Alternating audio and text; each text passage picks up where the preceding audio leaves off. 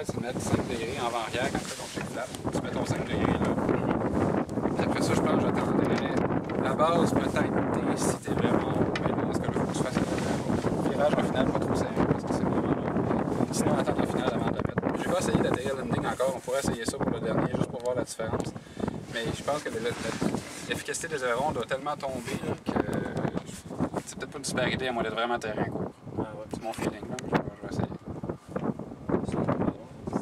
Ouais, si t'en as pas besoin, mais en même temps, tu vois, sur la SW20, ils ont enlevé la dernière coche de flap à 60 degrés.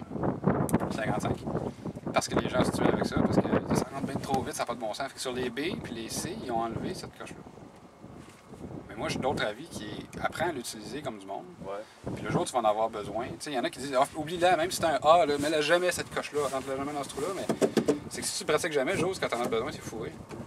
Fait que souvent, moi, après presque chaque vol, je vais l'essayer, je vais le tester pour me pratiquer, parce que le jour où je vais rentrer dans une forêt, dans un trou, ben, au moins, je vais être capable de l'utiliser, ce flap-là. Ça sera pas la première fois de ma vie que je l'utilise, puis être surpris par la chose.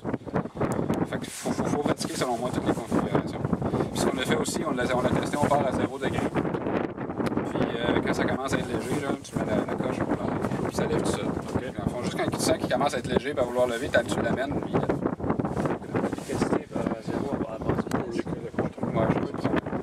le négatif, c'était pas nécessaire, là, parce que tu as les deux roues qui te tiennent quand même. Là, puis même quand tu pars en négatif sur un planeur,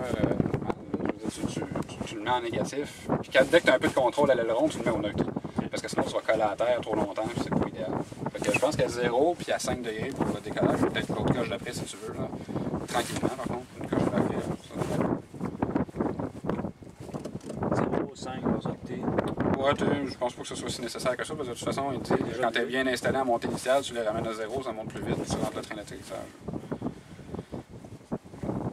Ça fait une belle différence quand tu rentres le train, hein? La vitesse augmente, tu lèves le nez. Ouais, là tu montes. Puis, j'ai remarqué que les instruments sont complètement fous quand le moteur tourne. Ouais, c'est ça. Même la vitesse, elle varie tellement vite. C'est impossible qu'on accélère et qu'on décélère à cette vitesse-là. On ferait ça comme ça, puis dans le fond, fait que la vitesse, je pense qu'il faut que tu regardes la moyenne, tu places le nez, puis tu pilotes à l'horizon, comme quand tu fais du remorquage, finalement, tu as le planeur qui tire sa queue. Il y en a qui pilotent à l'anémomètre, tu le vois, ils font ça de même, tu vois l'avion qui s'en va comme ça quand tu es en arrière. Si tu pilotes à l'horizon, l'avion reste toujours beau, dans le fond, la moyenne de vitesse est bonne. Il faut pas que tu te fies nécessairement toujours, c'est écrit exactement là. C'est comme M. Ménard disait, Saint-Hubert, tu te pognes un nuage, tu l'as. Ouais. Si tu te déplaces avec le vent, t'as l'air fou, par exemple.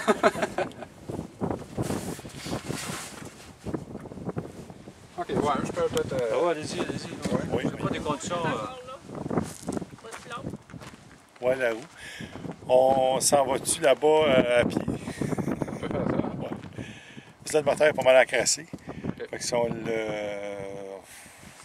taxier va dans le dos, ça va aller mal. Ouais. Ok. Bon, on le pousse comme ça jusqu'à là-bas. Puis... Ouais. On peut laisser la béquille ici, par exemple. Ah oui, tu veux on va le pousser dedans? Ah, ben, tu vas ramener la béquille? Ouais. On vous le ramène, on vous